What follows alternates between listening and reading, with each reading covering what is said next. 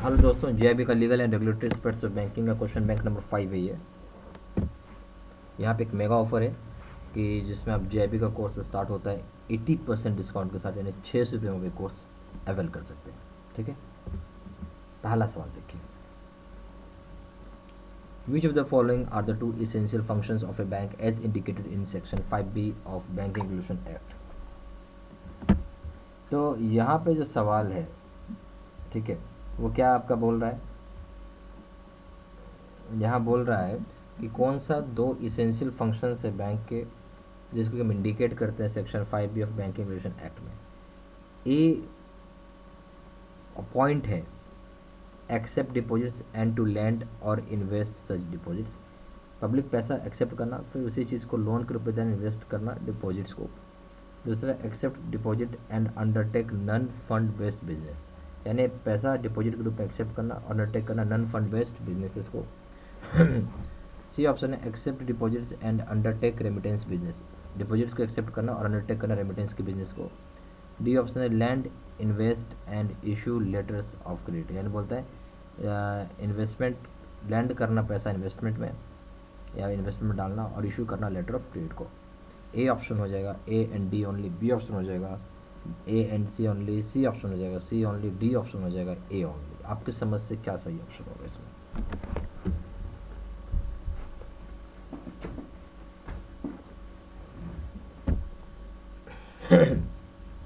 इस केस में जो सही ऑप्शन हो जाएगा, ठीक है, वो हो जाएगा डी, केवल ए ऑप्शन सही है। देखिए यहाँ क्या बोल रहा था कि दो इसेंशियल फंक्शंस आपको बताने थे, ठीक है। यहाँ बोल रहे थे टू इसेंशियल फंक्शंस जो थे बैंक के, वो क्या क्या है, जो सेक्शन 5B में आपको बैंकिंग रेगुलेशन एक्ट में बताया हुआ है। नेचुरल सी बात है, एक तो है पब्लिक का पैसा एक्सेप्ट करना, ये सबसे बड़ी बात है, ठीक है। दूसरा काम किया, उसी पैसे को जो एक्सेप्ट किया लैंड करेगा या इन्वेस्ट करेगा, ठीक है, जो भी पैसा उसके पास डिपॉजिट के रूप में हुआ है, यानी इसलिए ए ऑप्शन मतलब ए पॉइंट सही है जो डी ऑप्शन है, ठीक है। Question number 2, which of the following group is not included in term goods as per sale of goods act. बोलते इसमें से कौन सा ऐसा ग्रुप है जिसको कि इंक्लूड नहीं किया गया, सब पे ध्यान दीजिएगा सर, नॉट है, not included in terms of goods as per क्या है, सेल्स ऑफ गुड्स एक्ट के हिसाब से, बताइए। ए ऑप्शन हो जाएगा shares and stocks, B option हो जाएगा grass and shares, C option हो जाएगा actionable claims and stocks, D option हो जाएगा स्टॉक्स एंड ग्रास। तो क्या होना चाहिए इस केस में, जो आपका क्या बोला जा रहा है टर्म्स ऑफ गुड्स में नहीं आता है, टर्म्स ऑफ गुड्स में वो चीज़ नहीं आता है एज पर सेल्स ऑफ गुड्स एक्ट के हिसाब से। देखिए इस केस में क्या हो जाएगा सी, यानी एक्शनेबल क्लेम्स और स्टॉक्स नहीं आते हैं as per sale of goods act के हिसाब से। यानी क्या क्या आएंगे, जहाँ एक्शनेबल क्लेम्स है या एक्शनेबल स्टॉक है उसको छोड़ दीजिए, तो आएगा आपको क्या क्या होगा जो हम बोल सकते सेल्स ऑफ गुड्स एक्ट में आएगा शेयर्स और स्टॉक्स, ग्रास एंड शेयर्स, फिर जगह स्टॉक एंड ग्रास, ये तीनों आएंगे, ठीक है। क्वेश्चन बच्चे बनाइए। यहाँ बोलता है कि a suit is deemed to have been instituted और फाइल्ड इन ए कोर्ट, मतलब सूट को माना जाता है कि वो इंस्टीट्यूट हुआ है, फाइल किया गया है कोर्ट में। कब, ए ऑप्शन है when the court fee has been paid, ऐसा तब माना जाएगा जब कोर्ट फी पे कर दिया जाता है। बी ऑप्शन है when the plaint is presented to the proper officer in the court, जो प्लेंथ होता है, प्लेंथ कौन होता है, जो केस को फाइल करता है, उसको प्रॉपर ऑफिसर क्या कोर्ट में प्रेजेंट करेगा। सी ऑप्शन है when plaint has been acknowledge by the court, plaint को जब कोर्ट के साइड से एक्नॉलेज मिल जाता है। डी ऑप्शन है एनी ऑफ द अबव, ठीक है। तो केस कब फाइल होगा ये आपको पूछ रहा है कोर्ट में। सही ऑप्शन हो जाएगा बी। बी क्या होता है कि जब प्लेंथ अपना चीज़ को प्रॉपरली प्रेजेंट करता है जो कोर्ट के ऑफिसर को, तब माना जाएगा कि वो कोर्ट में आपको शूट फाइल हो गया, ठीक है। Question number 4, other than business specified under section 6(1) of banking regulation act, a bank can undertake any other business which can be prescribed decided by a central government RBI, central government RBI, A point है central government, B point RBI, C point है board of bank, D point है ministry of corporate affairs. बोलते हैं क्या, other than business specified, बोलते वैसा business जो कि under section 6(1) of banking regulation act में नहीं है, बैंक उस तरह के बिजनेस को करता है जो कि प्रिस्क्राइब किया गया है तो सेंट्रल गवर्नमेंट के द्वारा, तो क्या होगा इसमें ऑप्शन? ए ऑप्शन है A and B only, B option है B and C only, C option है डी ओनली, डी ऑप्शन है ए ओनली। तो इस केस में जो सीधा सीधा ऑप्शन हो जाएगा वो हो जाएगा डी, यानी ए ओनली आएगा। ठीक है, क्या आएगा? ए ओनली, यानी मिस्टर सेंट्रल गवर्नमेंट के द्वारा ये चीज़ किया जा सकता है। ठीक है, तो जो अदर देन आप बोल सकते हैं कि जो बिजनेस स्पेसिफाइड है क्या अंडर सेक्शन 6(1) जो है बैंकिंग रेगुलेशन एक्ट का। ठीक है, तो जो भी बैंक अंडरटेक करती है इस तरह की एक्टिविटी, तो यहाँ पे हम लोग क्या बोल सकते हैं? ए ऑप्शन सबसे सही ऑप्शन है, सेंट्रल गवर्नमेंट के द्वारा जो डिसाइड की जाती है। ठीक है, question number 5, private sector banks are regulated by, private sector banks को रेगुलेट किया जाता है। ए ऑप्शन है, ऑप्शन ए पॉइंट है कंपनीज एक्ट 1956 के द्वारा, बी पॉइंट है बैंक रेगुलेशन एक्ट 1949 के द्वारा, सी पॉइंट है आरबीआई एक्ट 1934 के द्वारा, डी पॉइंट है बैंकिंग कंपनीज यानी acquisition and transfer of undertaking act 1970 के द्वारा। तो प्राइवेट सेक्टर बैंक्स को कौन रेगुलेट करता है यहाँ पे? तो आपसे पूछा। ए ऑप्शन है A B C only, B option B C and D only, C option A C and D only, D option A to D all. जो सही ऑप्शन हो जाएगा इस केस में वो हो जाएगा A B and C only. जो प्राइवेट बैंक सेक्टर है उसको कौन रेगुलेट करता है? आप बोल सकते हैं कंपनीज एक्ट 1956 के द्वारा होता है रेगुलेट, बैंकिंग रेगुलेशन एक्ट 1949 के द्वारा होता है रेगुलेट, फिर है आरबीआई एक्ट 1934 के द्वारा होता है। ठीक है, तो प्राइवेट सेक्टर बैंक्स इन सभी चीज़ों से रेगुलेट होती है, क्योंकि यहाँ पे देखिए बैंकिंग कंपनीज एक्ट ये काम नहीं करेगा यहाँ पे। ठीक है, इससे नहीं रेगुलेट होता है, ये याद रखना है। क्वेश्चन नंबर 6, एज पर sales of goods act the goods means the goods identified and agreed upon at the time of a contract of sale is made। बोलते सेल्स ऑफ गुड एक्ट जो होता है जहाँ गुड का मतलब ये है कि अपने गुड्स को ऑलरेडी आइडेंटिफाई किया, उसको एग्री किया है जिस समय कॉन्ट्रैक्ट आप कर रहे हैं सेल को। ठीक है, तो क्या होगा इस केस में सही ऑप्शन?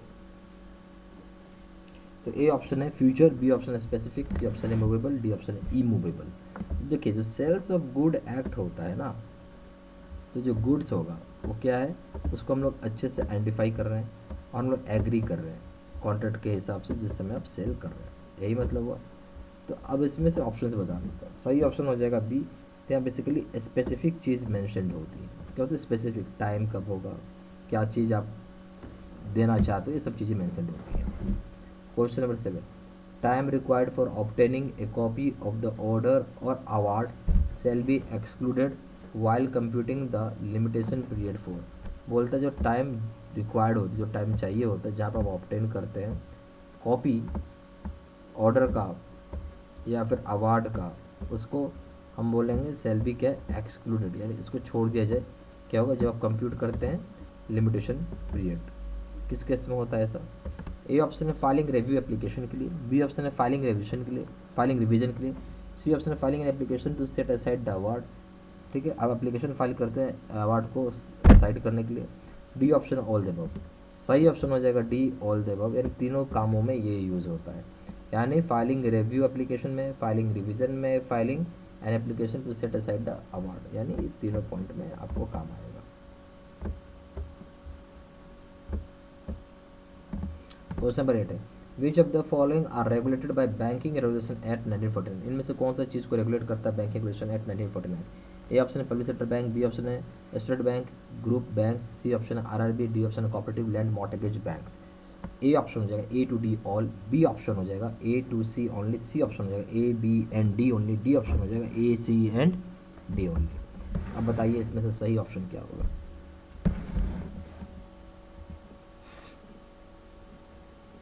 इस केस में सही ऑप्शन हो जाएगा आपका हो जाएगा बी, यानी ए टू सी सही। यानी देखिए यहाँ पे बोलता है कि बैंक को बैंकिंग रेगुलेशन एक्ट जो है, ठीक है, वो कौन रेगुलेट कर रहा है, उसको किसके द्वारा रेगुलेट हो रहा है, किस पे रेगुलेट हो रहा है? पब्लिक सेक्टर बैंक पे हो रहा है, स्टेट बैंक ग्रुप बैंक्स पे भी हो रहा है, आरआरबीज पे भी हो रहा है, पर कोऑपरेटिव लैंड मॉर्टगेज बैंक पे आप बैंकिंग रेगुलेशन एक्ट नहीं लागू होता है, ये याद रखिए। इसलिए ए टू सी सही ऑप्शन है। Question number 9, in the context of cooperative banks which of the following statements are correct. बोलता है कोऑपरेटिव बैंक के संबंध में कौन सी स्टेटमेंट सही होगी, ये आपको बताना होगा। ए ऑप्शन है cooperative bank operating in one state obtains registration under state cooperative societies act बोलते जो कोऑपरेटिव बैंक होता है जो ऑपरेट करती है एक राज्य में, वहाँ पर रजिस्ट्रेशन लेना पड़ता है under state cooperative societies act में। बी ऑप्शन है for cooperative banks operating in more than one state central government appoint registrar. बोलते हैं जो कोऑपरेटिव बैंक ऑपरेटिव होती है एक से ज़्यादा राज्यों में, वहाँ सेंट्रल गवर्नमेंट अपॉइंट करती है रजिस्ट्रार को। सी ऑप्शन है, और सी पॉइंट एक्चुअली ऑप्शन नहीं थी, पॉइंट है कि cooperative banks are under purview of banking regulation act 56। बोलता है कोऑपरेटिव बैंक जो होती है वो बैंकिंग रेगुलेशन एक्ट के परव्यू में होती है अंडर सेक्शन 56 में। फिर है डी ऑफ पॉइंट है, बोलते हैं where cooperative bank is registered under DICGC act RBI can order its winding up. बोलता है जहाँ पे कोऑपरेटिव बैंक को रजिस्टर किया गया DICGC एक्ट में, आरबीआई के पास आदेश दे सकता है कि उसको वाइंडिंग अप करने के लिए। तो ए ऑप्शन हो जाएगा A to D all, B option हो जाएगा A to C only, C option हो जाएगा A C and D only, D option हो जाएगा B and D ओनली। तो इस केस में सही ऑप्शन क्या होगा?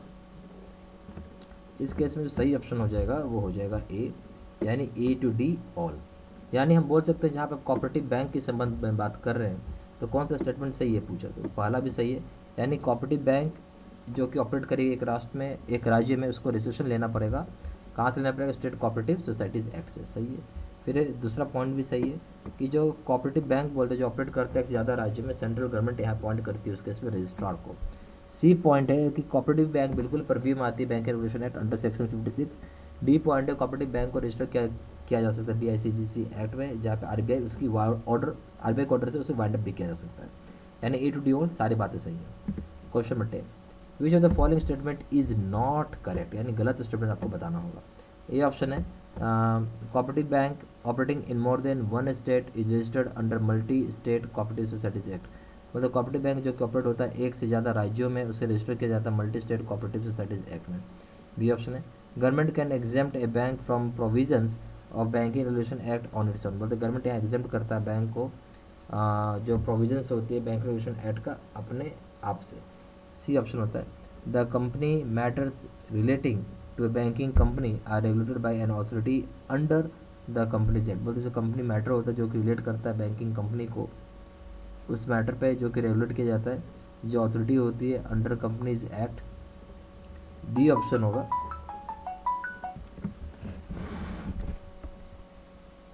तो आपको यहाँ ये बताना था क्या होगा। तो इस केस में सही ये ऑप्शन है कि government cooperative bank operating in more than one state is registered under multi state cooperative societies act, यानी एक कोऑपरेटिव बैंक जो एक से ज़्यादा राज्यों में ऑपरेट होती है उसको जरूरी रजिस्ट्रेशन करें multi state cooperative societies act में। दूसरा पॉइंट है बी ऑप्शन है government can exempt A bank from provisions of banking regulation act on its own. Government चाहे तो एग्जेम्प्ट कर सकते हैं बैंक को जो प्रोविजन होता है बैंकिंग रेगुलेशन एक्ट का अपने खुद से। C option banking the company matters to relating to the banking company are regulated by authority under the companies act. बोलते जो कंपनी मैटर करता है कि वो बैंकिंग कंपनी को रेगुलेट करेगा जो अथॉरिटी होती है कंपनीज एक्ट के द्वारा। डी ऑप्शन है bank undertake trading in shares to regulation by SEBI. से गवर्नमेंट जो बैंक होती है वो यहाँ अंडरटेक करती है शेयर्स को जो कि सेबी रेगुलेट करती है इसको। क्या सही ऑप्शन होगा? इसमें सही ऑप्शन है बी, यानी जो बी ऑप्शन बोल रहा है कि गवर्नमेंट एग्जेम्प्ट कर सकता है बैंक को जो प्रोविजन होता है बैंकिंग रेगुलेशन एक्ट का अपने खुद से, ये बिल्कुल गलत बात है, जो गलत बात है इसलिए सही है। बाकी ये सही ऑप्शन है कि कोऑपरेटिव बैंक जो ऑपरेट होती है ज़्यादा राज्यों में उसे multi state cooperative societies act में रजिस्ट्रेशन कराना पड़ेगा, सही है। फिर कंपनी मैटर जो रिलेट करता है बैंकिंग कंपनी के द्वारा उसका अथॉरिटी है कंपनीज एक्ट के पास, ये भी सही है। बैंक से अंडरटेक करता है ट्रेडिंग इन शेयर्स जो कि रेगुलेट करता है सेबी के द्वारा, ये भी सही है। यहाँ पे GIB का हमारे पास दो तरह का कोर्सेज है। देखिए GIB का PPT कोर्स यानी कंप्यूटर स्क्रीन रिकॉर्डेड कोर्स जैसा भी आप वीडियो देख रहे हैं। दूसरा GIB का face to face video course जहाँ मैं बोर्ड पे जाके पढ़ाता हूँ, बताता हूँ, समझाता हूँ। आपको ऐसे लगेगा जैसे कोई टीचर सामने खड़ा होकर पढ़ा रहा है, और ये मैं बोलूँगा सीधा सीधा कि बेस्ट है, बेस्ट कोर्स है। और सबसे बड़ी बात है कि आप इसको, मैं एक ही बात बोल सकता हूँ कि 100% है कि आप इसको करेंगे तो पास कर जाएंगे पक्का, ठीक है। और कंपेयर करते हैं दोनों कोर्सेज को, तो दोनों जगह वीडियो लेक्चर कोर्स है, दोनों जगह केस स्टडी का वीडियो है। यहाँ 6000 सेट क्वेश्चन बैंक है, 13500 सेट का क्वेश्चन बैंक है। यहाँ भी रिविजन नोट है, यहाँ 30 मॉक, यहाँ भी रिविजन नोट है, बट यहाँ पे 30 मॉक टेस्ट भी है। वैलिडिटी होगा दोनों जगह लाइफ लॉन्ग वैलिडिटी है। प्रिंसिपल्स पेपर 1 करेंगे, प्रिंसिपल से 600 रुपये 1200 रुपये, अकाउंटिंग का 800 रुपये 1500 रुपये, लीगल का 600 रुपये 1200 रुपये, कॉम्बो पे करेंगे तीनों पेपर एक साथ करेंगे दाम 1500 रुपये, यहाँ दाम है 3000 रुपये। ज़्यादा जानकारी के लिए फ़ोन कर सकते हैं, फ़ोन नंबर है 4 टाइम्स 9 6 8 5 1 2 7, दूसरा नंबर है 7 8 2 7 5 4 6 9 4 6। वेबसाइट में जाकर डायरेक्टली ऑनलाइन ऑर्डर प्लेस कर सकते हैं। वेबसाइट हो जाएगा www.jibcstudymaterial.com। ईमेल आईडी हो जाएगा seedsinha123@gmail.com।